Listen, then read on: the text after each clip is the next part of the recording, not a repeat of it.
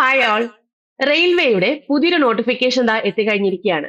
ALP technician ഇതുപോലുള്ള നോട്ടിഫിക്കേഷന് ശേഷം ദാ അടുത്ത് നമുക്ക് വന്നിരിക്കുന്ന നോട്ടിഫിക്കേഷൻ ആണ് സെക്ഷൻ കൺട്രോളർ എന്ന് പറയുന്ന പോസ്റ്റിലേക്കാണ് നോട്ടിഫിക്കേഷൻ.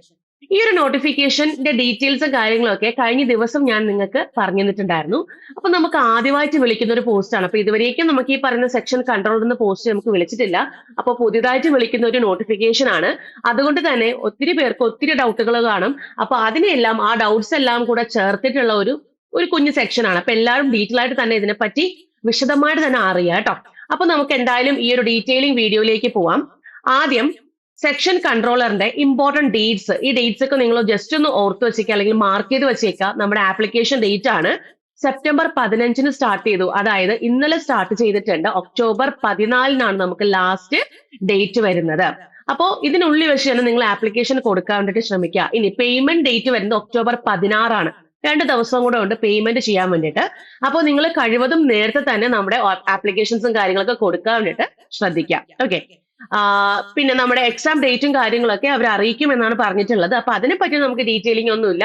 ഈ ഒരു ആപ്ലിക്കേഷൻ ഡീറ്റെയിലിംഗ് കാര്യങ്ങൾ മാത്രമാണ് നമുക്ക് വന്നിട്ടുള്ളത്. ഇനി നമുക്ക് നെക്സ്റ്റ് വരുന്നത് ഏജ് ലിമിറ്റ് ആണ്. ഒത്തിരി പേർക്ക് ഡൗട്ട് ഉള്ളതാണ് അല്ലെ ഏജ് ലിമിറ്റ്. 20 വയസ്സ് തൊട്ട് 33 വയസ്സ് വരെ ഉള്ളവർക്ക് ആപ്ലിക്കേഷൻ കൊടുക്കാം. അതായത് 2193 ടു 11/2006 ആണ് ആ ഏജ് ലിമിറ്റ് പറഞ്ഞിട്ടുള്ളത്. അതായത് 2193 ഏർലിയറിലും വരാൻ പാടില്ല, 11/2006 ശേഷവും വരാൻ പാടില്ല. അപ്പൊ ഇൻ ബിറ്റ്വീൻ വരുന്ന എന്താണ് ഏജ് ലിമിറ്റും കാര്യങ്ങളൊക്കെയാണ് ഇവിടെ നമുക്ക് വന്നിട്ടുള്ളത്. അതുപോലെ തന്നെ ഇതൊരു ലെവൽ 6 പോസ്റ്റ് ആണ്. അതായത് നമ്മുടെ NTPCക്ക് അകത്ത് വരുന്ന ഒരു ലെവൽ 6 പോസ്റ്റ് കൂടിയാണ്. അത് നമുക്ക് സെക്ഷൻ കൺട്രോളർ എന്ന് പറഞ്ഞ പോസ്റ്റ് സെപ്പറേറ്റ് ആയിട്ട് വിളിച്ചിട്ടുണ്ട് എന്നുള്ളതേ ഉള്ളൂ ഇതിനകത്ത്. ഓക്കെ. ഈ നെക്സ്റ്റ് ക്വാളിഫിക്കേഷൻ വരുമ്പോഴത്തേക്കും ഒരു ലെവൽ 6 പോസ്റ്റ് ആയതുകൊണ്ട് തന്നെ അതൊരു ഗ്രാജുവേറ്റ് ലെവൽ പോസ്റ്റ് തന്നെയായിരിക്കും. ഓക്കെ. അതുപോലെ തന്നെ നല്ലൊരു പോസ്റ്റും കൂടിയാണ് സെക്ഷൻ കൺട്രോളർ എന്ന് പറയുന്നത്. ഓക്കെ. അപ്പൊ അതിന്റെ ഡീറ്റെയിൽസും കാര്യങ്ങളൊക്കെ ഞാൻ പറയാം. ഇനി ഏജ് റിലാക്സേഷൻ, ഒത്തിരി പേർക്ക് ഡൗട്ട് വരുന്ന ഒരു ഏരിയ ആണ് ഏജ് റിലാക്സേഷന്റെ ആ ഒരു ഡീറ്റെയിലിംഗ്. അതായത് ഏജ് റിലാക്സേഷനിൽ നിങ്ങൾ മെയിൻ ആയിട്ടും അറിഞ്ഞിരിക്കേണ്ട കാര്യം എന്ന് പറയുന്നത് OBCക്ക് ഒരുപാട് ഡൗട്ട്സ് വരുന്നുണ്ട്. ഇപ്പൊ OBCക്ക് ആണെന്നുണ്ടെങ്കിൽ NCL ആണ്, അതായത് നോൺ ക്രീമി ലെയർ ആണെങ്കിൽ മാത്രമാണ് 3 ഇയേഴ്സിന്റെ ഏജ് റിലാക്സേഷൻ കിട്ടുക. അതായത് 33 ആണെങ്കിൽ 36 വയസ്സ് വരെ നിങ്ങൾക്ക് എഴുതാൻ സാധിക്കും. അതും NCL സർട്ടിഫിക്കറ്റ് ഉള്ളവർക്ക് മാത്രം. ഇനി SC/STക്ക് ആണെങ്കിൽ 5 വർഷത്തെ ഉണ്ട്. അതായത് 38 വയസ്സ് വരെ നിങ്ങൾക്ക് എഴുതാൻ സാധിക്കും. എക്സ് സർവീസ് കാൻഡിഡേറ്റ്സ്, അതായത് 6 മാസത്തെ 6 മാസത്തിൽ കൂടുതൽ സർവീസ് അറ്റസ്റ്റേഷൻ ഉണ്ടായിരിക്കുന്ന എക്സ് സർവീസ് മെൻ ആണെന്നുണ്ടെങ്കിൽ അതിലും UR ആൻഡ് EWS കാറ്റഗറിക്ക് 3 വർഷം, അതുപോലെ OBC NCL കാറ്റഗറിക്ക് 6 വർഷം, SC/STക്ക് 8 വർഷം. നെക്സ്റ്റ് വരുന്നത് ഇപ്പോ ഗ്രൂപ്പ് C ആയിട്ടോ ഗ്രൂപ്പ് D ആയിട്ടോ റെയിൽവേയിൽ മിനിമം 3 വർഷത്തെ സർവീസ് ഉള്ളവർക്ക് ഉള്ള കാൻഡിഡേറ്റ്സിന് അതും UR ആൻഡ് EWSന് 40 വയസ്സ് വരെ എഴുതാം, OBC NCL 43 വയസ്സ് വരെ എഴുതാം, SC/STക്ക് 45 വയസ്സ് വരെ എഴുതാം. ഈ നെക്സ്റ്റ് വരുന്ന PWBD കാൻഡിഡേറ്റ്സിനാണ് UR ആൻഡ് EWS 10 വർഷത്തെ റിലാക്സേഷൻ ഉണ്ട്. അതായത് 43 വയസ്സ് വരെ എഴുതാം. OBC NCLന് 13 വർഷമാണ്. അതായത് നമുക്കൊരുപ്പോ 46 വയസ്സ് വരെ എഴുതാം. ഓക്കെ. ഇനി SC/STക്ക് ആണെങ്കിൽ 15 വയസ്സ് വരെയാണ്. അതായത് 48 വയസ്സ് വരെ എഴുതാൻ സാധിക്കും.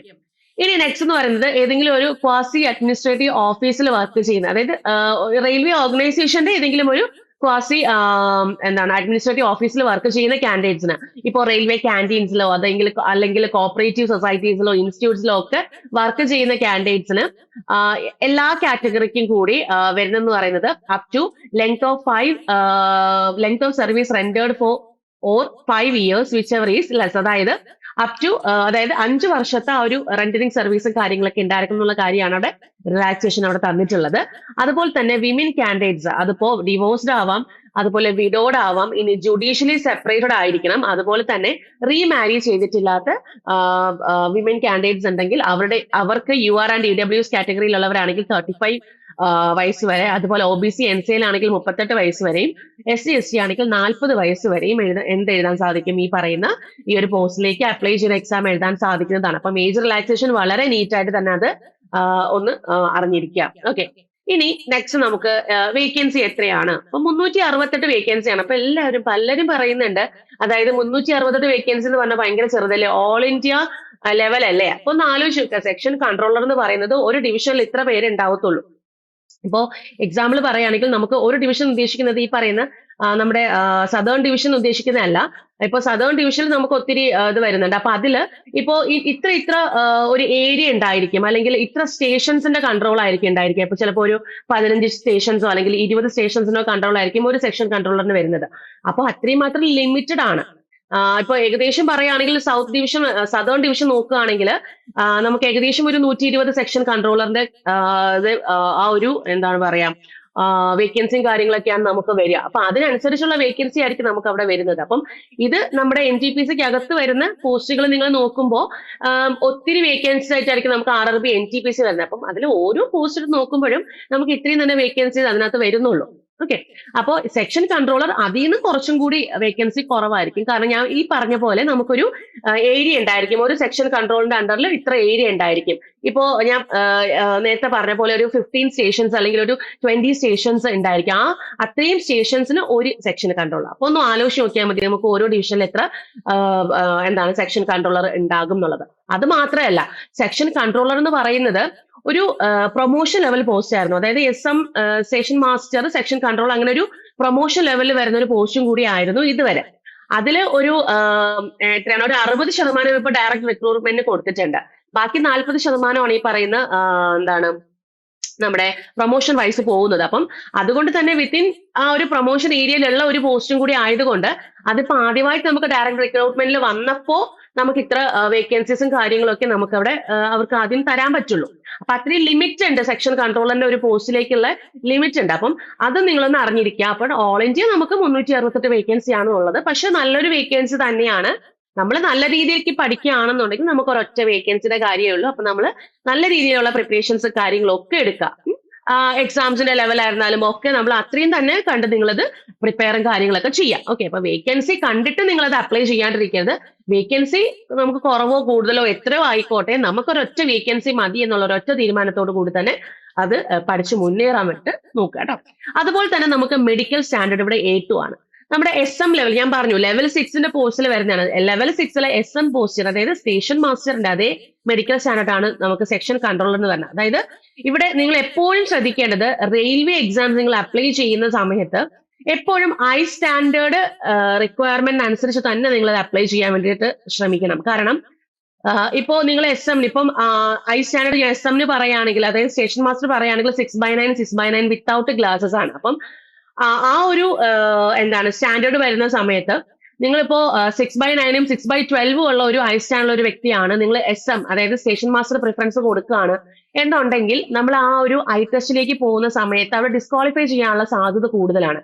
ഇപ്പൊ സെക്ഷൻ കൺട്രോളർ ആണെങ്കിൽ കൂടി നമുക്ക് 6/9 6/9 വിഷ്വൽ അക്യൂറ്റി ആണ് അവിടെ വേണ്ടത്. അപ്പം വിത്തൗട്ട് ഗ്ലാസ് എന്നൊരു പ്രത്യേകം പറയുന്നത്. അപ്പം ഗ്ലാസ് വെച്ചവർക്ക്, അതായത് വിത്ത് ഗ്ലാസ് ഉള്ളവർക്ക് അപ്ലൈ ചെയ്യാൻ സാധിക്കില്ല. നിങ്ങൾക്ക് വേണമെങ്കിൽ എക്സാം എഴുതി നോക്കാൻ വേണ്ടിയിട്ട് അപ്ലൈ ചെയ്യാം. പക്ഷെ വെളിക്കിൽ പോകുന്ന സമയത്ത് അല്ലെങ്കിൽ CBIT പരീക്ഷയ്ക്ക് പോകുന്ന സമയത്ത്, CBIT പരീക്ഷയ്ക്ക് നമുക്ക് ഈ പറയുന്ന ഒരു എന്താണ്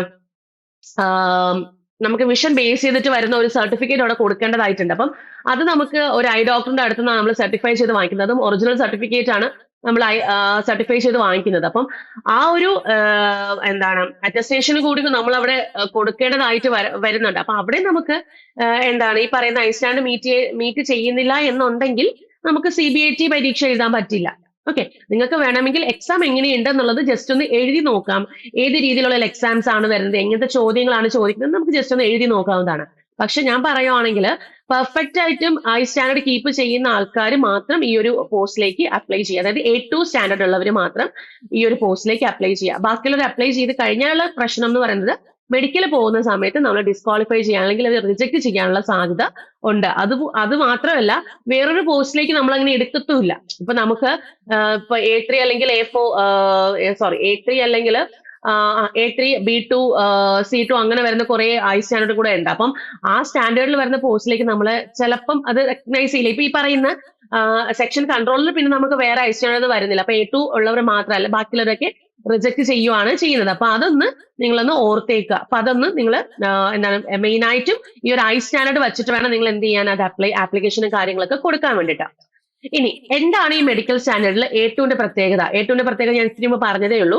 നമ്മൾ ഫിസിക്കലി ഫിറ്റ് ആയിരിക്കണം. അത് നമ്മൾ ജനറൽ ആയിട്ടുള്ള ഫിസിക്കൽ ഫിറ്റ്നസ് അവർ എന്തായാലും ചെക്ക് ചെയ്യും. അതായത് നമ്മുടെ ബിപി, ഷുഗർ ലെവൽ, അങ്ങനത്തുള്ള കാര്യങ്ങളൊക്കെ ഫിസിക്കൽ ഫിറ്റ്നസ് കാര്യങ്ങളൊക്കെ അവർ ചെക്ക് ചെയ്യും. അത് കൂടാണ്ട് ഐ സ്റ്റാൻഡേർഡ് ആണ്, ഡിസ്റ്റന്റ് വിഷൻ ആണ് പറയുന്നത്. 6/9 വിത്തൗട്ട് ഗ്ലാസ് ആണ്, അതായത് നോ ഫോഗിംഗ് ടെസ്റ്റ് ആണത്.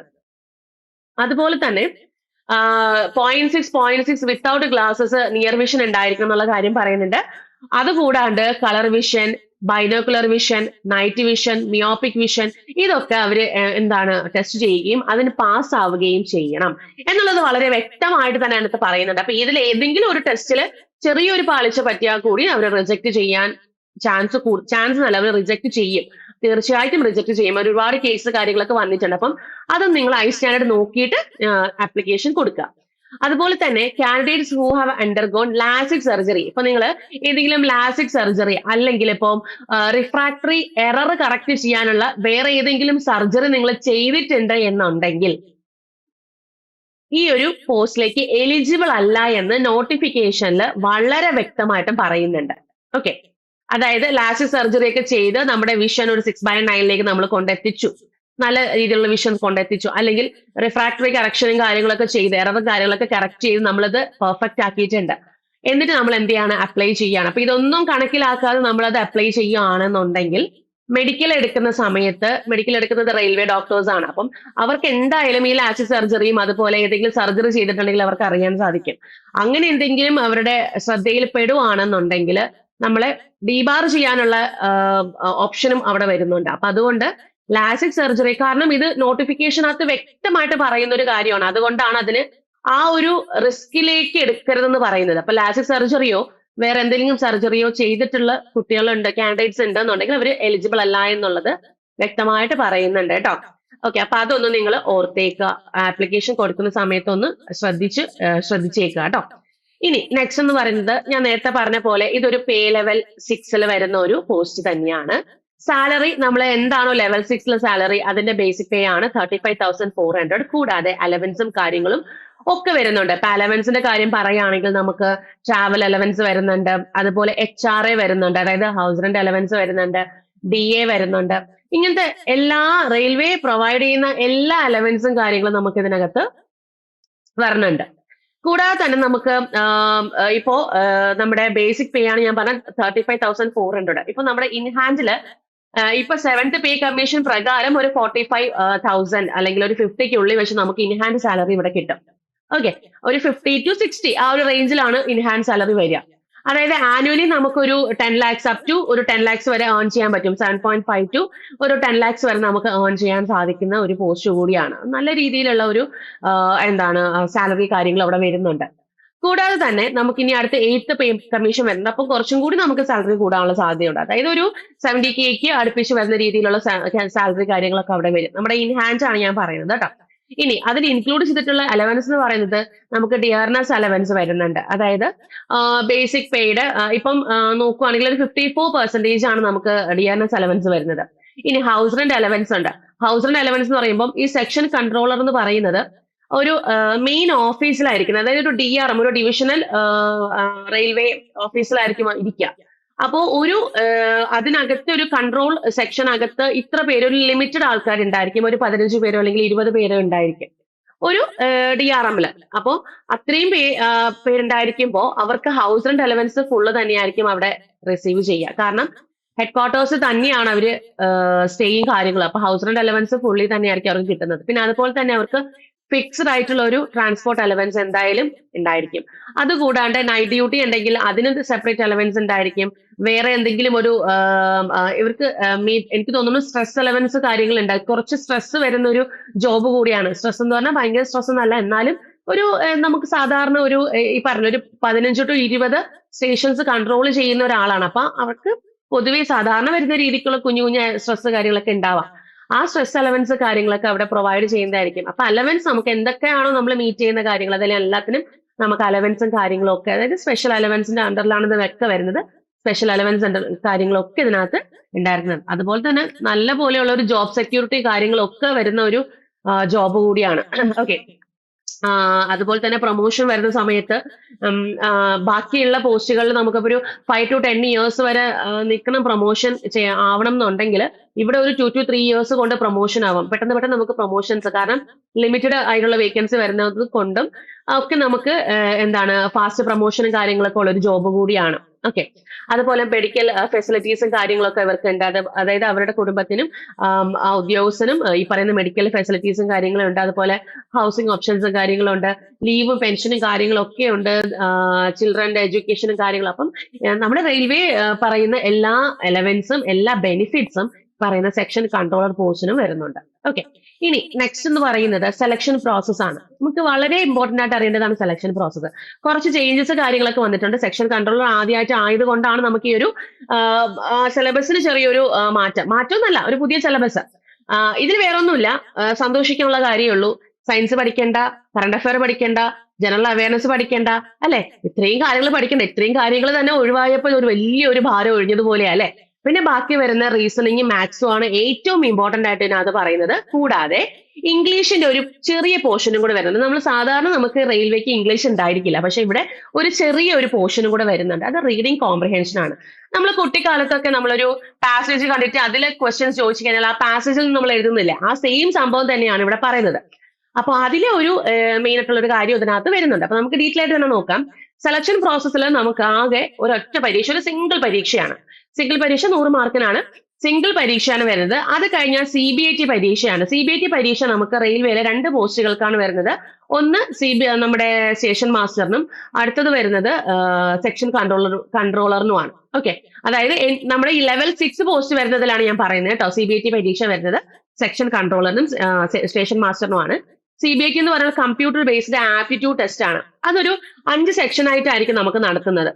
വളരെ ഈസി ആയിട്ടുള്ളതാണ്, ട്രിക്കി ആയിട്ടാണ്. ലോജിക്കൽ തിങ്കിങ് ഒക്കെ എത്രത്തോളം നമുക്ക് ഉണ്ട് എന്നുള്ളത്, അല്ലെങ്കിൽ ഒരു ഫാസ്റ്റ് സോൾവിങ് എത്രത്തോളം ഉണ്ട് എന്നുള്ളത് ഇത് അളക്കാൻ വേണ്ടിയിട്ടാണ് നമുക്ക് CBIT പരീക്ഷ തന്നിട്ടുള്ളത്. അതായത് ഇപ്പോ സെക്ഷൻ കൺട്രോളർ എന്ന് പറയുന്നത് ഞാൻ പറഞ്ഞു, കുറച്ച് നമ്മൾ ഈ പറയുന്ന ഇത്രയും സ്റ്റേഷൻസ് കൺട്രോൾ ചെയ്യുന്ന ഒരാളാണ്. അപ്പം അറ്റ് എ ടൈം ഇത്രയും സ്റ്റേഷൻസ് കൺട്രോൾ ചെയ്യണം എന്നുണ്ടെങ്കിൽ അവർക്ക് ആ ഫാസ്റ്റ് കാൽക്കുലേഷൻസ് ആയിരുന്നാലും പെട്ടെന്ന് കമ്മ്യൂണിക്കേറ്റ് ചെയ്യുന്നതായിരുന്നാലും ആ ലോജിക്കൽ എങ്ങനെ ഒരു ഇഷ്യൂ സോൾവ് ചെയ്യാന്നുള്ള ഒരു ലോജിക്കൽ തിങ്കിങ് ആയിരുന്നാലും അവർക്കത് ഫാസ്റ്റ് ആയിട്ട് വേണ്ടെന്നുള്ള ഒരു കാര്യമാണ്. അപ്പൊ അത് നമുക്ക് ഈ CBIT പരീക്ഷ കൊണ്ടാണ് അത് ആ ഒരു ലോജിക്ക് നമ്മൾ അളക്കുന്നത്. എത്രത്തോളം അങ്ങനെയുള്ള ചോദ്യങ്ങളാണ് അത് ചോദിക്കുന്നത്. കുറച്ച് നല്ല ചോദ്യങ്ങളാട്ടോ അതിനകത്ത് വരുന്നത്. ഒരു 5 സെക്ഷനിൽ വരുന്ന എന്താ പറയാ, നമ്മുടെ സുഡോക്കു പോലെയൊക്കെ വരുന്ന കുറച്ച് കാര്യങ്ങളൊക്കെയാണ്. കുറച്ച് വരയ്ക്കാനല്ല, പോയിന്റ് വൈസ് വരുന്ന CBITയുടെ ഡീറ്റെയിൽഡ് വീഡിയോ ഞാൻ ചെയ്യുന്നുണ്ട്. അതിൽ ഡീറ്റെയിൽ ആയിട്ട് തന്നെ അത് പറയാം എങ്ങനെയാണ് ആ CBIT ചെയ്യുന്നത്. വളരെ നല്ലതാണ്. പക്ഷെ അത്രത്തോളം പ്രാക്ടീസ് ഉണ്ടായിരിക്കണം. നമുക്കത് കറക്റ്റ് ടൈമിൽ നമുക്കത് ചെയ്തെടുക്കാം. ഓരോ സെക്ഷൻ ഇത്ര ടൈമിംഗ് ഉണ്ടായിരിക്കും, ഇത്ര ക്വസ്റ്റ്യൻസ് ഉണ്ടായിരിക്കും. അപ്പൊ അത്രയും ചെയ്തെടുക്കാൻ ഇത്ര ടൈമിങ് നമുക്ക് ആ ഒരു കറക്റ്റ് ഒരു ഫാസ്റ്റ് ഉണ്ടായ സ്പീഡ് നമുക്ക് ഉണ്ടായിരിക്കണം. അത് നമ്മളൊന്ന് ബിൽഡപ്പ് ചെയ്തെടുക്കുകയാണ് ചെയ്യേണ്ടത്. ആ ഒരു ലോജിക്കൽ തിങ്കിങ് അവരെ അവിടെ നോക്കുന്നത്. അപ്പൊ CBIT പരീക്ഷ ഉണ്ടായിരിക്കും. അത് കഴിഞ്ഞാൽ പിന്നെ വരുന്ന ഡോക്യുമെന്റ് വെരിഫിക്കേഷൻ ആണ്. അപ്പൊ നമ്മുടെ DV കഴിഞ്ഞു. DVയിൽ നമ്മൾ എന്തൊക്കെയാണോ നമ്മൾ പറഞ്ഞുള്ളത്, ഇപ്പം കാറ്റഗറി അല്ലെങ്കിൽ നമ്മുടെ കമ്മ്യൂണിറ്റി സർട്ടിഫിക്കറ്റ് ഉണ്ടോ, അത് നമ്മൾ എന്തൊക്കെയാണോ കൊടുത്തിട്ടുള്ളത് അതെല്ലാ സർട്ടിഫിക്കറ്റ്സ് നമ്മൾ അവിടെ ഒറിജിനൽ അവിടെ പ്രൊഡ്യൂസ് ചെയ്യുന്നതായിട്ട് വരുന്നുണ്ട്. അത് കഴിഞ്ഞാൽ മെഡിക്കൽ എക്സാമിനേഷൻ ആണ് മെയിൻലി നോക്കുന്നത്. നമ്മൾ A2 സ്റ്റാൻഡേർഡ് പെട്ട ആള് തന്നെയാണോ എന്നുള്ളതാണ് അവിടെ മെയിൻ ആയിട്ട് നോക്കുന്നത്. അത് പെർഫെക്റ്റ് ആണെന്നുണ്ടെങ്കിൽ നമ്മൾ ആ പോസ്റ്റിലേക്ക് എലിജിബിൾ ആണെന്നാണ് അർത്ഥം. ഓക്കെ. ഇനി നമുക്ക് ഓരോന്നായിട്ട് CBT പരീക്ഷ നമുക്ക് ആദ്യം വരുന്ന ഓരോന്നായിട്ട് നോക്കാം. കമ്പ്യൂട്ടർ ബേസ്ഡ് ടെസ്റ്റ് ആണ് CBT പരീക്ഷ. അതിൽ ഒരൊറ്റയാണ് വരുന്നത്. 120 മിനിറ്റ്സ് ആണ് ടോട്ടൽ ഡ്യൂറേഷൻ വരിക. ടോട്ടൽ 100 ക്വസ്റ്റ്യൻസ് ആണ്. അതുപോലെ നമുക്ക് നെഗറ്റീവ് മാർക്കിംഗ് വരുന്നുണ്ട്. 1/3 ആണ്, അതായത് 0.33 ആണ് നെഗറ്റീവ് മാർക്കിംഗ് വരുന്ന ഒരു ക്വസ്റ്റ്യന്. ഇനി മൾട്ടിപ്പിൾ ഷിഫ്റ്റുകളിലാണ് നമുക്ക് ഈ പറയുന്ന എക്സാം നടത്തുന്നത് അല്ലേ. അപ്പൊ അതുകൊണ്ട് തന്നെ അവിടെ നോർമലൈസേഷൻ പ്രോസസ് എന്തായാലും ഉണ്ടായിരിക്കും. ഇനി എന്താണ് സെക്ഷൻ വൈസ് ഡിസ്ട്രിബ്യൂഷൻ നോക്കാം. ഓരോ സെക്ഷൻ വൈസ് ഡിസ്ട്രിബ്യൂഷൻ നോക്കിക്കേ. നമുക്ക് ഇവിടെ 3 സെക്ഷൻസ് ആയിട്ടാണ് എക്സാം കണ്ടക്ട് ചെയ്യുന്നത്. ഒന്ന് അനലിറ്റിക്കൽ ആൻഡ് മാത്തമെറ്റിക്കൽ ക്യാപ്പബിലിറ്റി. അത് 60 ക്വസ്റ്റ്യൻസ് 60 മാർക്കിനാണ്. ലോജിക്കൽ ക്യാപ്പബിലിറ്റി 20 ക്വസ്റ്റ്യൻസ് 20 മാർക്കിനാണ്. മെന്റൽ റീസണിങ് 20 ക്വസ്റ്റ്യൻ 20 മാർക്കാണ്. നമ്മൾ പഠിക്കുന്ന സെയിം കാര്യങ്ങളൊക്കെ തന്നെയാണ്. അതിന് 3 സെക്ഷൻസ് ആയിട്ട് എടുത്തിട്ടിട്ടുണ്ട്. ഒരൊറ്റ കാര്യമേ അവർ ചെയ്തിട്ടുള്ളൂ. നമ്മൾ ഇത്രയും നാളും പഠിച്ച കാര്യങ്ങൾ തന്നെയാണ്, പുതിയ കാര്യങ്ങളൊന്നുമില്ല. ഓക്കെ. ഇതിൽ എന്താണ് സിലബസ് നമുക്ക് ഡീറ്റെയിൽ ആയിട്ട് നോക്കാം. അനലിറ്റിക്കൽ ആൻഡ് മാത്തമെറ്റിക്കൽ ക്യാപ്പബിലിറ്റി ആണ്. അല്ലെ, മാത്സ് നോക്കിക്കേ. നമ്മൾ ഇതുവരെ പഠിച്ചു വന്നില്ലെങ്കിൽ നിങ്ങൾ SSC ആണോ RRB ആണോ എന്ത് വേണം നിങ്ങൾ പഠിച്ചിട്ടുണ്ടോ അതിൽ പഠിച്ച സെയിം സാധനങ്ങൾ തന്നെയാണ് ഇവിടെ വന്നിട്ടുള്ളത്. കണ്ടോ, number system, ratio, proportion, average, percentage, profit and loss, discount, time speed distance, അതുപോലെ പവർ ആൻഡ് വർക്ക്, അതായത് time and work, algebra, linear equations, arithmetic progression, LCM, HCF, geometry, area and volume, അതുപോലെ probability and statistics ഉണ്ട്. അത് രണ്ടും basic ലെവലിൽ വരുന്ന രീതിക്കുള്ള probability and statistics. ഇത്രയാണ് അനലിറ്റിക്കൽ ആൻഡ് മാത്തമെറ്റിക്കൽ ക്യാപ്പബിലിറ്റി എന്ന് പറയുന്നത്. അതിൽ മാത്സിന് വരുന്നത് ഇത് സെക്ഷൻ 1 ആണ്. അടുത്ത് വരുമ്പോഴത്തേക്കും ഡേറ്റ അനാലിസിസ്. അപ്പം അനലിറ്റിക്കൽ ആൻഡ് മാത്തമെറ്റിക്കൽ ക്യാപ്പബിലിറ്റി എന്ന് പറയുമ്പോൾ ഇത്രയും കാര്യങ്ങളാണ്. ഡേറ്റ അനാലിസിസ് ആൻഡ് ഇന്റർപ്രിട്ടേഷനോട് കൂടി അത് നിൽക്കുവാണ്. അതിൽ മൾട്ടി സോഴ്സ് ഡേറ്റ അനാലിസിസ്. ഇപ്പൊ നമ്മൾ ഡേറ്റ അനാലിസിസ് നമ്മൾ ഒത്തിരി ഇപ്പൊ റെയിൽവേ എക്സാംസ് നിങ്ങൾ കണ്ടു കാണും, ഒരു ഒറ്റ ഗ്രാഫ് വെച്ചിട്ട് അത് വെച്ച് ചോദിക്കുന്നത്. അതായത് ചാർട്ട് ഉണ്ടാവാം, ഗ്രാഫ് ഉണ്ടാവാം, സ്കാറ്റർ പ്ലോട്ട് ഉണ്ടാവാം, പൈ ചാർട്ട് ഉണ്ടാവാം, സ്റ്റാറ്റിസ്റ്റിക്കൽ കർവ് ഡിസ്ട്രിബ്യൂഷൻ ഉണ്ടാവാം. ഇതിനെയൊക്കെ വെച്ച് അനലൈസ് ചെയ്യുന്ന ഒരു സംഭവമാണ് ഡേറ്റ ഇന്റർപ്രിട്ടേഷൻ എന്ന് പറയുന്നത്. അതായത് അതിൽ നിന്നും ചോദ്യങ്ങൾ നമുക്ക് ചോദിക്കാം. ഇനി അത് കഴിഞ്ഞാൽ പിന്നെ വരുന്നതാണ് ഡേറ്റ സഫിഷ്യൻസിയും ഡേറ്റ അറേഞ്ച്മെന്റും. അതുപോലെ ഒരു പാരഗ്രാഫ് ഒക്കെ തന്നിട്ട് അതിനെ ഗ്രാഫിലേക്ക് കൺവേർട്ട് ചെയ്ത് ചോദ്യങ്ങളിലേക്ക് പോകുന്ന എന്താണ് ആ രീതിയിലുള്ള, അതായത് കേസ്ലെറ്റ് DI എന്ന് പറയും അതിന്. ആ കേസ്ലെറ്റ് DI കാര്യങ്ങളൊക്കെ നമുക്ക് ഇതിനകത്ത് വരാൻ ചാൻസ് ഉണ്ടെന്നല്ല, അത് വരും, അത് തീർച്ചയായിട്ടും വരുന്ന കാര്യമാണ്. ഓക്കെ, അങ്ങനെയുള്ള കാര്യങ്ങളൊക്കെ അവിടെ വരാം. ഇനി ഡേറ്റ സഫിഷ്യൻസി ചോദിക്കാം. ഡേറ്റ സഫിഷ്യൻസി എന്ന് പറയുമ്പം നമുക്കൊരു ചോദ്യം തന്നിട്ട് കുറച്ച് ഡേറ്റാസ് തന്നിരിക്കും, അത് സഫിഷ്യന്റ് ആണോ, ആ ചോദ്യത്തിന് ഉത്തരം കിട്ടാൻ സഫിഷ്യന്റ് ആണോ എന്നുള്ളത് ചെക്ക് ചെയ്യാം. അതാണ് ഡേറ്റ സഫിഷ്യൻസി. അപ്പൊ ഇത് രണ്ടും കൂടി ചേർത്തിട്ടാണ് 60 മാർക്ക്. ഇത് രണ്ടും കൂടെ എന്ന് ഉദ്ദേശിക്കുന്നത് നമ്മൾ ആദ്യം ചെയ്തിട്ടുള്ളതാ ഈ മാത്തമെറ്റിക്സും ഈ പറയുന്ന ഡേറ്റ അനാലിസിസ് ആൻഡ് ഇന്റർപ്രിട്ടേഷൻ, ഇത് ഇത്രയും കൂടെ ചേർത്തിട്ടാണ് 60 മാർക്ക് വരുന്നത്. ഓക്കെ, 60 ക്വസ്റ്റ്യൻസ് 60 മാർക്കിന് വരുന്നത്. ഓരോ ക്വസ്റ്റ്യൻ ഓരോ മാർക്കാണ്. നെക്സ്റ്റ് വരുന്ന ലോജിക്കൽ ക്യാപ്പബിലിറ്റി ആണ്. ഓക്കെ, ലോജിക്കൽ ക്യാപ്പബിലിറ്റി ആണ്. ലോജിക്കൽ ക്യാപ്പബിലിറ്റിക്കകത്ത് ലോജിക്കൽ റീസണിങ്ങും ഉണ്ട്, റീഡിംഗ് കോംപ്രിഹെൻഷനും ഉണ്ട്. ഇതാണ് ഒരു സെക്ഷൻ. അതായത് ലോജിക്കൽ ക്യാപ്പബിലിറ്റിക്കകത്ത് വരുന്ന 2 സെക്ഷൻ, അതായത് സെക്ഷൻ A എന്നും സെക്ഷൻ B എന്നും കൊടുക്കാം. അപ്പൊ അതില് സബ് സെക്ഷൻ ആണ് കേട്ടോ. ലോജിക്കൽ റീസണിങ്ങിനകത്ത് binary logic, syllogism, clock calendar, assumptions, blood relations, family tree, അതുപോലെ സോൾവിംഗ് ലോജിക് ബേസ്ഡ് പസിൽസ്, ഇതൊക്കെയാണ് നമുക്ക് ലോജിക്കൽ റീസണിങ്, നമ്മൾ സാധാരണ റീസണിങ് പഠിക്കുന്ന ലോജിക് വൈസ് തിങ്ക് ചെയ്യുന്ന റീസണിങ് ടോപ്പിക്സ്. അത് കൂടാണ്ട് പിന്നെ വരുന്ന റീഡിംഗ് കോംപ്രിഹെൻഷൻ. ഇതില് reading comprehension passages would be given from any subject ആണ്, അതായത് ഹിസ്റ്ററിയിൽ നിന്നോ സൊസൈറ്റിയിൽ നിന്നോ അതുപോലെ ലിറ്ററേച്ചറിൽ നിന്നോ സയൻസിൽ നിന്നോ എൻവയോൺമെന്റ് ആബ്സ്ട്രാക്ട് ആയിട്ടോ അല്ലെങ്കിൽ മിഥോളജി ആയിട്ടോ ടെക്നോളജി ആയിട്ടോ കൾച്ചറൽ ആയിട്ടോ അങ്ങനെ എന്ത് വേണമെങ്കിലും നമുക്ക് അതിന്റെ പാസേജ് തന്നിട്ട് അതിൽ നിന്നും ഈ ക്വസ്റ്റ്യൻസ്, അതായത് understand and answer questions on ഇതിനെ ബേസ് ചെയ്തിട്ടുള്ള ക്വസ്റ്റ്യൻസ് ചെയ്യുക എന്നുള്ളതാണ് മെയിൻ ഐഡിയ. എന്താണ് സപ്പോർട്ടിംഗ് ഐഡിയ, എന്താണ് ആപ്ലിക്കേഷൻ, എന്താണ് ലോജിക്കൽ സ്ട്രക്ചർ, എന്താണ് style of the given paragraph, എന്താണ്, ഇതൊക്കെയാണ് നമുക്ക് മെയിൻ ആയിട്ടും നമ്മൾ അതിനകത്ത് നോക്കിയിരിക്കേണ്ട കാര്യങ്ങൾ. അപ്പൊ ഇത് നമ്മൾ സാധാരണ വേറെ ഒന്നുമില്ല, ഇത് ഇത്രയും വായിക്കുമ്പോൾ നിങ്ങൾ വിചാരിക്കും അയ്യോ വലിയൊരു സംഭവമാണ്. അങ്ങനെയല്ല, നമ്മൾ സാധാരണ രീതിയിൽ ഒരു പാസേജ് ഒരു 5 ക്വസ്റ്റ്യൻസ്, ചിലപ്പോൾ 5 ക്വസ്റ്റ്യൻസോ 4 ക്വസ്റ്റ്യൻസോ ചിലപ്പോൾ ഒരു ക്വസ്റ്റ്യൻ ആയിരിക്കാം. ക്വസ്റ്റ്യൻ നമ്പർ ഒക്കെ അവരുടെ അനുസരിച്ച് അവർ സെറ്റ് ചെയ്യുകയാണ് ചെയ്യുന്നത്. മേ ബി നമുക്കൊരു ഇപ്പം മിനിമം ഒരു 5 ക്വസ്റ്റ്യൻസ് ഒരു പാസേജിന് വായിക്കുക എഴുതുക നോട്ട് ചെയ്യുക എഴുതുക മാത്രം നമ്മൾ അതിനകത്തുനിന്ന് ചെയ്താൽ മതി. ഇത് ഇച്ചിരി വിപുലീകരിച്ച് പറയുന്നേ ഉള്ളൂ റീഡിംഗ് കോംപ്രിഹെൻഷൻ ഇങ്ങനെയാണെന്നുള്ളത്. ഓക്കെ, ഇനി ഇത് കഴിഞ്ഞാൽ പിന്നെ വരുന്നതാണ് നമ്മുടെ മെന്റൽ റീസണിങ്. 3ാമത്തെ സെക്ഷൻ വരുന്ന മെന്റൽ റീസണിങ്. മെന്റൽ റീസണിങ്ങിനകത്ത് നമ്മൾ സാധാരണ റീസണിങ് ടോപ്പിക്സ്, അതായത് analogy, series, coding, decoding, ranking, arrangement, അങ്ങനെ വരുന്ന അറേഞ്ച്മെന്റ്, അതായത് നമ്മളിപ്പോ സീറ്റിംഗ് അറേഞ്ച്മെന്റ്, എന്ത് അറേഞ്ച്മെന്റ്സ് ആയിക്കോട്ടെ, അങ്ങനെ വരുന്ന സാധാരണ റീസണിങ് ടോപ്പിക്സ് കാര്യങ്ങളൊക്കെയാണ് മെന്റൽ റീസണിങ് വരിക. ഇത്രേ ഉള്ളൂ. അവയർനെസ് ഇല്ല, കറണ്ട് അഫയർ ഇല്ല, ജനറൽ സയൻസ് ഇല്ല. എളുപ്പമല്ലേ? എക്സ്ട്രാ എഫേർട്ട് ഇടണോ? വേണ്ട. എക്സ്ട്രാ എഫേർട്ട് ഇടണം എവിടെയാണ്? ഈ പറഞ്ഞ കാര്യങ്ങളിലൊക്കെ ഒന്ന് എക്സ്ട്രാ എഫേർട്ട് ഇടുക. എളുപ്പമെന്ന് പഠിച്ചു പോവാം. സിമ്പിൾ സിലബസ് ആണ്. നമ്മൾ ഇത്രയും നാളും പഠിച്ച കാര്യങ്ങളൊക്കെ തന്നെയാണ്. ആ റീഡിംഗ് കോംപ്രിഹെൻഷൻ മാത്രമേ ഒരു പുതുതായിട്ട് വരുന്നുള്ളൂ. അത് വലിയൊരു ടഫ്നെസ് ആണെന്ന് എനിക്ക് തോന്നുന്നില്ല. ഓക്കെ, ഇനി എന്താണ് നമ്മുടെ സെക്ഷൻ കൺട്രോളറിന്റെ ജോബ് പ്രൊഫൈൽ? നമുക്ക് ഏറ്റവും മെയിൻ ആയിട്ട് അറിഞ്ഞിരിക്കണം എന്താണ്. അപ്പൊ സെക്ഷൻ കൺട്രോളർ എന്താന്ന് ഞാൻ പറഞ്ഞായിരുന്നു. അതായത് ഒരു ലിമിറ്റഡ് ആയിട്ട് വേക്കൻസി വരുന്ന ഒരു പോസ്റ്റ് ആണ് സെക്ഷൻ കൺട്രോളർ. ഞാൻ വീണ്ടും പറഞ്ഞുതരാം. സാധാരണ നമുക്ക് ഒരു പ്രൊമോഷൻ ലെവൽ പോസ്റ്റ് ആയിരുന്നു. അതിപ്പോ ഡയറക്റ്റ് റിക്രൂട്ട്മെന്റ് ഒരു 60% അവർ തന്നിട്ടുണ്ട്. അതിന്റെ അടിസ്ഥാനത്തിലാണ് ഇപ്പൊ വേക്കൻസിയും കാര്യങ്ങളൊക്കെ വന്നിട്ടുള്ളത്. ഇത് ഈ സെക്ഷൻ കൺട്രോളർ എന്ന് പറഞ്ഞാൽ സദേൺ ഡിവിഷനകത്ത് വരുമ്പോ ഒത്തിരി സബ് ഡിവിഷൻസ് വരും. ഓക്കെ, ട്രിവാൻഡ്രം വരും, ചെന്നൈ വരും, അങ്ങനെ ഒത്തിരി, സെക്കന്ദരാബാദ് വരും, അല്ലെ, അങ്ങനെ ഒത്തിരി നമുക്ക് ഡിവിഷൻസ് വരും. അപ്പൊ ആ ഡിവിഷൻസിൽ ഇത്ര ഏരിയ, അതായത് ഇപ്പം എക്സാമ്പിൾ പറയുകയാണെങ്കിൽ ഇപ്പൊ ട്രിവാൻഡ്രം ടു സംതിങ് ഇത്ര ഏരിയ വരുന്നതുണ്ട്. ആ ഒരു അത്ര ഏരിയക്കകത്ത് ഒരു മിനിമം ഒരു 15 to 20, മിനിമം അല്ല അത് മാക്സിമം 15 to 20 സ്റ്റേഷൻസ് കൺട്രോൾ ചെയ്യുന്ന ഒരാള്, അതാണ് സെക്ഷൻ കൺട്രോളർ. അതായത് സ്റ്റേഷൻ മാസ്റ്ററിനെക്കാട്ടിലും കുറച്ചും കൂടി മേളിൽ വരുന്ന ഒരാള്. അതായത് സ്റ്റേഷൻ മാസ്റ്ററിന് ഈ സെക്ഷൻ കൺട്രോളറിൽ നിന്നാണ് ഇൻസ്ട്രക്ഷൻസ് അപ്രൂവ് ചെയ്ത് കിട്ടിയാലേ സ്റ്റേഷൻ മാസ്റ്ററിന് എന്ത് ചെയ്യാൻ പറ്റുള്ളത്, പ്രൊസീഡ് ചെയ്യാൻ സാധിക്കത്തുള്ളൂ. അപ്പൊ അത്രയും ഇതില് മാനേജ് ചെയ്യുന്ന, അത്രയും സ്റ്റേഷൻസ് ഒരുമിച്ച് മാനേജ് ചെയ്യുന്ന ഒരാളാണ് സെക്ഷൻ കൺട്രോളർ.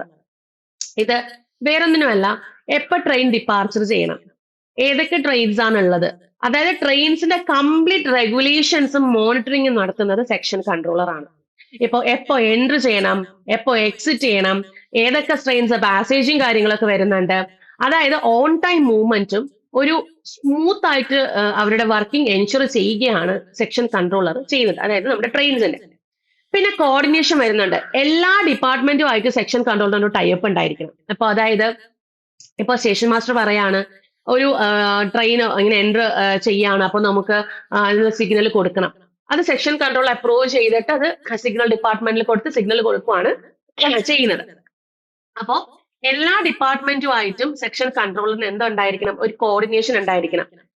അവിടുത്തെ എന്താണ് സ്റ്റേഷൻ മാസ്റ്റർ ആരാണെന്നും അതുപോലെ തന്നെ ഗുഡ്സ് ഗാർഡുകൾ ആരാണെന്നും അങ്ങനെയുള്ള എല്ലാ കാര്യങ്ങളും വളരെ വ്യക്തമായിട്ട്, എത്ര സ്റ്റേഷൻസ് ഉണ്ടോ അവരുടെ പരിധിയിൽ അത്രയും കാര്യങ്ങൾ അറിഞ്ഞിരിക്കുക, കോർഡിനേറ്റ് ചെയ്യാം.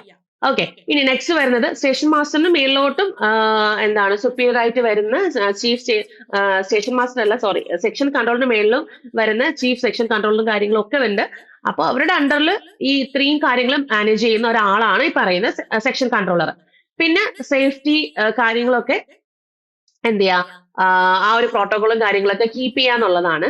അപ്പോ എന്തൊരു ഇഷ്യൂ വന്നാലും അത് സെക്ഷൻ കൺട്രോളറിന്റെ ഇതിലാണ് വരുന്നത്. അതായത് ആ ഒരു മെയിൻ ആയിട്ടും അവരുടെ അണ്ടറിലാണ് ആ ഒരു ഇഷ്യൂസ് കാര്യങ്ങളൊക്കെ സ്ട്രിക്ട്ലി ആയിട്ട് വരുന്നത്. അപ്പം സേഫ്റ്റി എൻഷുർ ചെയ്യുക, പ്രോട്ടോകോൾസ് മെയിൻറ്റെയിൻ ചെയ്യുക, അതുപോലെ ഇപ്പൊ എമർജൻസീസ് ഒക്കെ വരുന്ന സമയത്ത് അല്ലെങ്കിൽ ബാഡ് വെതർ വരുന്ന സമയത്ത് ഒരു ലോജിക്കലായിട്ടുള്ള ഒരു എന്താണ് തീരുമാനം എടുക്കുക എന്നുള്ളതാണ്. അതിനെങ്ങനെ നമുക്ക് തരണം ചെയ്യാൻ നടക്കുന്ന അല്ലെങ്കിൽ ആ ഒരു തീരുമാനം എടുക്കുന്ന ഒരാള് ആണ് ആ ഒരു അത്രയും സ്റ്റേഷൻസിന്റെ ഹെഡായിട്ട് തന്നെ ആയിരിക്കും അത് വരുന്നത്. ഇനി ഓരോരോ ഇപ്പം സ്റ്റേഷൻ മാസ്റ്ററിനായിരുന്നാലും ഗുഡ്സ് ഗാർഡിനായിരുന്നാലും അങ്ങനെ ഒത്തിരി ഡിപ്പാർട്ട്മെന്റ്സ് ഉണ്ട്. അപ്പൊ അവരുടെ ടൈം ടേബിൾ മാനേജ്മെന്റും കാര്യങ്ങളും, അതായത് അത് മാത്രമല്ല ടൈം സ്കെഡ്യൂൾസ് ഇപ്പം മോണിറ്റർ ചെയ്യുക, അവരുടെ ടൈം സ്കെഡ്യൂൾസ് ഒക്കെ, അതായത് ട്രെയിൻസിന്റെ ഒക്കെ ടൈം സ്കെഡ്യൂൾസ് ഒക്കെ എന്ത് ചെയ്യുക, സെറ്റ് ചെയ്യുക, അപ്ഡേറ്റ് ചെയ്യുക. ഇപ്പൊ ഏതെങ്കിലും ഒരു ട്രെയിൻ, ഇപ്പൊ ഏതെങ്കിലും ഒരു സ്റ്റേഷനിൽ ഇന്ന ട്രെയിൻ സ്റ്റാർട്ട് ചെയ്യാണ് എന്ന് പറഞ്ഞിട്ട് ഇപ്പൊ എന്തെങ്കിലും ഒരു ഇഷ്യൂസ് ഉണ്ട്, വേറൊരു ട്രെയിൻ ആണ് സ്റ്റാർട്ട് ചെയ്യുന്നത്, അപ്പൊ അങ്ങനത്തെ കാര്യങ്ങൾ സ്റ്റാർട്ട് ചെയ്യേണ്ട ആ ഒരു സിഗ്നലും കാര്യങ്ങളും ഒക്കെ കൊടുക്കുന്നത് ഈ പറയുന്ന സെക്ഷൻ കൺട്രോളർ ആണ്. അത് കഴിഞ്ഞ് പിന്നെ ക്രൈസിസ് മാനേജ്മെന്റ് ആണ്. അതായത് എന്തെങ്കിലും ഒരു ആക്സിഡന്റ് നടക്കുകയോ ബ്രേക്ക് ഡൗൺ നടക്കുകയോ അല്ലെങ്കിൽ ഒരു ഓപ്പറേഷണൽ പ്രോബ്ലമും കാര്യങ്ങളും ഒക്കെ നടക്കുന്ന സമയത്ത് ഒരു ക്വിക്ക് ആൻഡ് ഇഫക്റ്റീവ് ആക്ഷൻ എടുക്കേണ്ടത് ഈ പറയുന്ന എന്താണ് സെക്ഷൻ കൺട്രോളർ ആണ്. പിന്നെ റെക്കോർഡ് കീപ്പിംഗ് ആണ്. അതിൽ നമുക്കിപ്പം അവരുടെ ലോഗോസ്, എന്താണ് മെയിൻ ആയിട്ടും ട്രെയിൻ വരുന്ന ആ ലോഗിൻ, അതുപോലെ എക്സിറ്റ്, അവരുടെ റിപ്പോർട്ട്സ് കാര്യങ്ങളൊക്കെ, അതായത് ട്രെയിനിന്റെ കംപ്ലീറ്റ് മൂവ്മെന്റും ഓപ്പറേഷൻ ഇവന്റ്സും കാര്യങ്ങളും ഒക്കെ റെക്കോർഡ് ചെയ്യുക സെക്ഷൻ കൺട്രോളിന്റെ ഡ്യൂട്ടിയാണ്. പിന്നെ വരുന്നത് ഷിഫ്റ്റ് ഡ്യൂട്ടീസ് ആണ് വരുന്നത്. ഇപ്പം റൊട്ടേഷണൽ ഷിഫ്റ്റും കാര്യങ്ങളൊക്കെ മോണിറ്റർ ചെയ്യുക എന്നുള്ള കാര്യങ്ങൾ, ഇപ്പൊ എന്തെങ്കിലുമൊക്കെ ഒരു അവൈലബിലിറ്റി ഇഷ്യൂസ് ഒക്കെ വരുന്ന സമയത്ത് അതിനെ മെയിൻറ്റെയിൻ ചെയ്യുക എന്നുള്ളതും ഈ പറയുന്ന സെക്ഷൻ കൺട്രോളറിന്റെ എന്താണ് മെയിൻ ആയിട്ടും വരുന്നൊരു ജോബിലൊന്നാണ്. അതുപോലെ തന്നെ വളരെ എന്താണ് സ്കില്ലായിട്ട് തന്നെ പ്രവർത്തിക്കേണ്ട ഒരു ജോബ് കൂടിയാണ്. ഞാൻ പറഞ്ഞു ഒരു അല്പം റിസ്ക് ഉള്ള ഒരു അല്ലെങ്കിൽ ഒരു സ്ട്രെസ് ആയിട്ട് വരുന്ന ഒരു റിസ്ക്കും ആൻഡ് സ്ട്രെസ് ആയിട്ട് വരുന്ന ഒരു ജോബ് തന്നെയാണ് സെക്ഷൻ കൺട്രോൾ. പക്ഷേ നമ്മൾ നല്ലൊരു രീതിയിൽ നല്ല ഒരു പദവിയിൽ ഇരിക്കാം എന്നുള്ളൊരു ഉറപ്പുള്ള ഒരു എന്താണ് ജോലി കൂടിയാണ്. നല്ല ഫാസ്റ്റ് പ്രൊമോഷനും കാര്യങ്ങളൊക്കെ ഉള്ള ഒരു ജോലി കൂടിയാണ്. നല്ല രീതിക്ക് ഏൺ ചെയ്യാൻ സാധിക്കും. അപ്പൊ ഇതൊക്കെ നമുക്ക് ഇതിനകത്ത് വരുന്ന ഒരു മെയിൻ ആയിട്ട് വരുന്ന ഒരു കാര്യമാണ്. ഓക്കെ, നല്ല രീതി നല്ലൊരു പോസ്റ്റിലേക്ക് തന്നെ എത്തിപ്പെടാൻ പറ്റുന്നതാണ്. അപ്പം മിനിമം ഒരു 6 hours ഒരു ഡ്യൂട്ടിയും കാര്യങ്ങളൊക്കെ വരുന്നുള്ളൂ. പിന്നെ അഡീഷണൽ എന്തെങ്കിലും ഒരു അഡ്ജസ്റ്റ്മെന്റ് കാര്യങ്ങളൊക്കെ വരുന്നെങ്കിലുള്ള ഒരു ഷിഫ്റ്റിംഗ് കാര്യങ്ങളൊക്കെ വരുന്നുള്ളൂ. അല്ലാതെ ഒരു 6 hours ഡ്യൂട്ടീസ് ഒക്കെയാണ്. 6 hours എന്ന് പറഞ്ഞാൽ പക്ക 6 hours അവർക്ക് ഡ്യൂട്ടി തന്നെയായിരിക്കും. അപ്പൊ ഇത്രയാണ് നമുക്ക് ഈ പറയുന്ന ജോബ് പ്രൊഫൈലിന്റെ അണ്ടറിൽ വരുന്നത്. അപ്പൊ ഇതൊക്കെ ഒന്ന് ജസ്റ്റ് നിങ്ങളൊന്ന് അറിഞ്ഞിരിക്കുക. നമുക്ക് ആക്ച്വലി ജോബ് പ്രൊഫൈൽ ജസ്റ്റ് അറിഞ്ഞിരിക്കുക, പക്ഷെ നമുക്കൊരു ജോലി എന്നുള്ളതാണല്ലോ നമുക്ക് ഏറ്റവും മെയിൻ ആയിട്ട്. അതും ഒരു റെപ്യൂട്ടഡ് ആയിട്ടുള്ള ഒരു ജോലി, റെയിൽവേയിൽ അത്രയും സാലറിയോട് കൂടി തന്നെ നമുക്ക് റെപ്യൂട്ടഡ് ആയിട്ട് ഇരിക്കുക എന്നുള്ള ഒരു ജോലി, അതാണ് നമ്മളുടെ ഡ്രീം അതാണ്. അപ്പൊ അത് നമ്മൾ അച്ചീവ് ചെയ്യുകയാണ് നമ്മൾ ചെയ്യേണ്ടത്. അപ്പം ഇതിന് എലിജിബിൾ ആയിട്ടുള്ള കുട്ടികൾ ഉണ്ടെന്നുണ്ടെങ്കിൽ അതും ഞാൻ വീണ്ടും പറയാണ്, ഹൈ സ്റ്റാൻഡേർഡ് കീപ്പ് ചെയ്യുക. ഹൈ സ്റ്റാൻഡേർഡ് ഉള്ള കുട്ടികളാണെങ്കിൽ തീർച്ചയായിട്ടും നിങ്ങളത് ചെയ്യുക. നമ്മുടെ സിലബസ് കണ്ടല്ലോ, സിലബസ് വളരെ ലളിതമാണ്. അപ്പോൾ അത് നിങ്ങൾക്ക് ക്രാക്ക് ചെയ്യാവുന്നതേ ഉള്ളൂ. അപ്പോൾ നിങ്ങളത് നല്ല പോലെ തന്നെ പ്രിപ്പറേഷനും കാര്യങ്ങളും കൊണ്ടുപോവുക. അപ്പൊ സെക്ഷൻ കൺട്രോളറിന് വേണ്ടിയിട്ട് പ്രിപ്പയർ ചെയ്യുന്ന കുട്ടികൾ ഉണ്ടെന്നുണ്ടെങ്കിൽ നമ്മുടെ RRB NTPCയുടെ സൂപ്പർ 30 ബാച്ച് നമ്മൾ സ്റ്റാർട്ട് ചെയ്യാണ്. ഇനിയിപ്പോ ഇനി അടുത്ത് വരാൻ പോകുന്നത് RRB NTPCയുടെ പരീക്ഷയുടെ നോട്ടിഫിക്കേഷൻ തന്നെയാണ്. ഇപ്പം നമ്മുടെ RRB NTPCയുടെ അണ്ടർ ഗ്രാജുവേറ്റും ഗ്രാജുവേറ്റും ഒക്കെ കഴിഞ്ഞിട്ടുണ്ട്. ഇനി നമുക്ക് നെക്സ്റ്റ് വരാൻ പോകുന്നത് നമ്മുടെ 2025 നോട്ടിഫിക്കേഷൻ ആണ്. അതെന്തായാലും നമുക്ക് ഉടനെ പ്രതീക്ഷിക്കാം. കാരണം നമുക്ക് ഈ പറയുന്ന സെക്ഷൻ കൺട്രോളർ വന്നിട്ടുണ്ട്. അപ്പം നോട്ടിഫിക്കേഷൻ വരുന്നതിന് മുന്നേ നമ്മൾ ഈ പറയുന്ന സൂപ്പർ 30 ബാച്ചിലേക്ക് നിങ്ങളൊരു സീറ്റ് ഉറപ്പിച്ചോ. കാരണം ഇപ്പോഴേ നമ്മൾ പ്രിപ്പറേഷൻസ് കൊണ്ടുപോവാ. അടുത്ത വർഷത്തേക്കുള്ള ഒരു ഇഫക്റ്റീവ് ആയിട്ടുള്ള പ്രിപ്പറേഷനും കാര്യങ്ങളൊക്കെ നിങ്ങൾ കൊണ്ടുപോവാ. ഈ ഒരു സൂപ്പർ 30 ബാച്ച് എന്ന് പറയുന്ന ഒരു 3 ലെയർ ലേണിംഗ് സ്ട്രക്ചറിലാണ് നടക്കുന്നത്. അതായത് ബേസിക് കവർ ചെയ്യുക, അത് കഴിഞ്ഞ് പിന്നെ ഇന്റർമീഡിയറ്റ് ലെവൽ കവർ ചെയ്യുക, അത് കഴിഞ്ഞ് എക്സ്പേർട്ട് ലെവൽ ആവുക. അതായത് ബേസിക് എന്ന് പറയുമ്പോഴത്തേക്കും സിലബസ്, ബേസിക് ആയിട്ടുള്ള വരുന്ന കാര്യങ്ങൾ, ഡെയിലി ക്വിസസ് കാര്യങ്ങളൊക്കെ നിങ്ങൾ കറക്റ്റ് ആയിട്ട് സിലബസ് കവറേജ് കാര്യങ്ങളൊക്കെയാണ് അവിടെ വരുന്നത്. അത് കഴിഞ്ഞ് അതായത് ഒരു പെർഫെക്റ്റ് സ്റ്റഡി പ്ലാനോട് കൂടിയുള്ള ഒരു സിലബസ് കവറേജ് കാര്യങ്ങളാണ്. അത് കഴിഞ്ഞാൽ പിന്നെ വരുന്നതെന്ന് വെച്ചാൽ നിങ്ങൾക്ക് ഈ പറയുന്ന ഇന്റർമീഡിയറ്റ് ലെവലാണ്. അവിടെ നമുക്ക് മെന്റർഷിപ്പ് സപ്പോർട്ടോട് കൂടി തന്നെ മോക്ക് ടെസ്റ്റുകളും, അതായത് കുട്ടി മോക്ക് ടെസ്റ്റുകളും സെക്ഷണൽ ടെസ്റ്റുകളൊക്കെ കവർ ചെയ്ത് നിങ്ങളുടെ വീക്കർ സെഷൻസ് ഒക്കെ ഒന്നും കൂടി സ്ട്രോങ് ആക്കുക എന്നുള്ളതാണ് മെയിൻ ആയിട്ട് അവിടെ വരുന്നത്. അപ്പം ലൈവ് ക്ലാസ്സുകളും റെക്കോർഡ് ക്ലാസ്സുകളും ഒക്കെ നിങ്ങൾക്ക് അതിനകത്ത് അവൈലബിൾ ആയിരിക്കും. മെയിൻ ആയിട്ട് ലൈവ് ക്ലാസ്സുകളാണ് നിങ്ങൾക്ക് പോകുന്നത്. അത് കഴിഞ്ഞ് പിന്നെ വരുന്നതാണ് എക്സ്പേർട്ട് ലെവൽ. എക്സ്പേർട്ട് ലെവൽ എന്ന് പറയുമ്പോൾ ഫുള്ളി നമ്മൾ ജോബിലേക്ക് കയറാനുള്ള എല്ലാ കാര്യങ്ങളും ചേർത്തിട്ടുള്ള എല്ലാ ഒരു എക്സ്പേർട്ട് ലെവൽ ബാച്ച് ആണ്. അതായത് മെയിൻസ് എന്ന് ഉദ്ദേശിക്കുന്നത് നമ്മുടെ ഇപ്പം സൂപ്പർ 30 ബാച്ച് NTPCയുടെ ആണ്. അപ്പൊ NTPC CBT 2 കൂടെ ഉണ്ട്. അപ്പം നമുക്ക് ഇവിടെ സെക്ഷൻ കൺട്രോളർ വരുന്ന സമയത്ത് നമുക്ക് CBT 1 ക്രാക്ക് ചെയ്യാനുള്ള എല്ലാ കാര്യങ്ങളും ചേർത്തിട്ട്, അതുപോലെ NTPC വരുന്ന സമയത്ത് CBT 2 കംപ്ലീറ്റ് ആയിട്ട് ക്രാക്ക് ചെയ്യാനുള്ള എല്ലാ കാര്യങ്ങളും ചേർത്തിട്ടാണ് സൂപ്പർ 30 ബാച്ച് നമ്മൾ ഇതാ സ്റ്റാർട്ട് ചെയ്യാൻ പോകുന്നത്. അപ്പം ഇതിനകത്ത് ലൈവ് പ്ലസ് റെക്കോർഡ് ക്ലാസ്സസ് ഉണ്ടായിരിക്കും, കൂടാതെ മെന്റർഷിപ്പ് സപ്പോർട്ട് ഉണ്ടായിരിക്കും, അതുപോലെ കംപ്ലീറ്റ് സിലബസ് കവറേജ് ആണ്, അതുപോലെ മോക്ക് ടെസ്റ്റുകളും PYQs ഉണ്ടായിരിക്കും, അതുപോലെ തന്നെ കോർ ടോപ്പിക് ഡിസ്കഷൻസ്, ഏതാണ് നിങ്ങൾക്ക് കോർ ടോപ്പിക് വരുന്നത് അതിന്റെ ഡിസ്കഷൻസ് കാര്യങ്ങൾ ഉണ്ടായിരിക്കും, അതുപോലെ ഡെയിലി ക്വിസ് ഉണ്ടായിരിക്കും. അപ്പൊ നിങ്ങൾ എത്രയും പെട്ടെന്ന് ജോയിൻ ചെയ്തോളൂ. എക്സാം വരേക്കും കാത്തു നിൽക്കരുത്. എത്രയും പെട്ടെന്ന് ജോയിൻ ചെയ്യാം. നിങ്ങളത് പഠിച്ചു തുടങ്ങാനായിട്ട് സ്റ്റാർട്ട് ചെയ്യാം കേട്ടോ. അത് മാത്രമല്ല, നമ്മുടെ റെയിൽവേ ഗ്രൂപ്പ് ഡിയുടെ എക്സാം ഡേറ്റ് വന്നിട്ടുണ്ട്. അപ്പോ ആ എക്സാമിലേക്ക് നിങ്ങൾക്ക് ഒരു 50 ഡേയ്സിന്റെ ബാച്ച് നമ്മൾ ഓപ്പൺ ചെയ്തിരിക്കുകയാണ്. ആ എക്സാമിന് വേണ്ടി ഒരു വെൽ പ്രിപ്പറേഷന് വേണ്ടിയിട്ട്. അപ്പോ November 17th നമുക്ക് എക്സാം ഡേറ്റും കാര്യങ്ങളും വരും. അപ്പൊ അത്രയും ദിവസത്തെ ഒരു ബാച്ചാണ് നമ്മളിവിടെ ചെയ്തിട്ടുള്ളത്.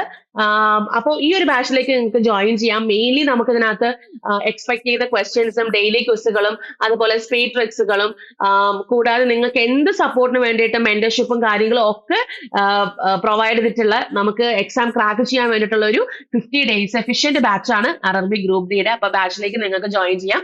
ഇനി ജോയിൻ ചെയ്യുമ്പോൾ നിങ്ങൾക്ക് എന്തെങ്കിലും ഡൗട്ട്സ് കാര്യങ്ങളൊക്കെ വരികയാണെങ്കിൽ, അല്ലെങ്കിൽ കോഴ്സിനെ പറ്റി എന്തെങ്കിലും ഡൗട്ട്സ് കാര്യങ്ങൾ വരികയാണെങ്കിൽ ഈ കാണുന്ന നമ്പറിലേക്ക് നിങ്ങൾക്ക് വിളിച്ച് അന്വേഷിക്കാം. 8714764666 എന്ന് പറയുന്ന നമ്പറിലേക്ക് നിങ്ങൾക്ക് വിളിച്ച് എൻക്വയറി നടത്താവുന്നതാണ്. നമ്മുടെ അക്കാഡമിക് കൗൺസിലിനെ വിളിച്ച് നിങ്ങൾക്ക് ഡീറ്റെയിൽ ആയിട്ട് അന്വേഷിക്കാം. കോഴ്സിനെ പറ്റിയിട്ടും എങ്ങനെയാണ് സ്റ്റഡി സ്ട്രക്ചറും കാര്യങ്ങളും ഒക്കെ നിങ്ങൾക്ക് അന്വേഷിക്കാവുന്നതാണ്. ഇനി നിങ്ങൾക്ക് വിളിച്ച് ചോദിക്കാൻ ബുദ്ധിമുട്ടുണ്ടെന്നുണ്ടെങ്കിൽ താഴെ ഡിസ്ക്രിപ്ഷൻ ബോക്സിൽ നിങ്ങൾക്ക് ഗൂഗിൾ ഫോം ഉണ്ടായിരിക്കും. അതിലേക്ക് നിങ്ങൾക്ക് എഴുതി ചോദിക്കാം. അപ്പൊ നമ്മൾ കണക്ട് ചെയ്തേക്കാം. അതുകൂടാണ്ട് കമന്റ് സെക്ഷനും നിങ്ങളത് യൂസ്ഫുൾ ആക്കുക. നിങ്ങൾ കറക്റ്റ് ആയിട്ട് ഡൗട്ട്സ് കാര്യങ്ങളൊക്കെ ഉണ്ടെങ്കിൽ കമന്റ് സെക്ഷനിലും പോസ്റ്റ് ചെയ്യാം കേട്ടോ. ഇനി എന്തെങ്കിലും ഡൗട്ട്സ് ഒക്കെ ഉണ്ടെന്നുണ്ടെങ്കിൽ നിങ്ങൾ താഴെ ഒന്ന് കമന്റ് സെക്ഷനിൽ പറഞ്ഞേക്കുക. അതുപോലെ തന്നെ സെക്ഷൻ കൺട്രോളിന് എങ്ങനെയാണ് അപ്ലൈ ചെയ്യുന്ന ഡീറ്റെയിൽ വീഡിയോ ആയിട്ടൊക്കെ വരുന്നുണ്ട്. അപ്പോ എല്ലാവരും ഇതിനെപ്പറ്റി വളരെ ക്ലിയർ ആയിട്ട് അറിഞ്ഞിരിക്കുക. ഈ പോസ്റ്റിലേക്ക് വേണ്ടിയിട്ടുള്ള പ്രിപ്പറേഷനും കാര്യങ്ങളൊക്കെ സ്റ്റാർട്ട് ചെയ്തോളൂ കേട്ടോ. അപ്പൊ നമ്മൾ എന്തായാലും അടുത്ത വീഡിയോയില് പുതിയ ഒരു ഇൻഫർമേഷനുമായിട്ട് കാണാം. അപ്പൊ അതുവരേക്കും thank you, bye, keep watching and stay tuned.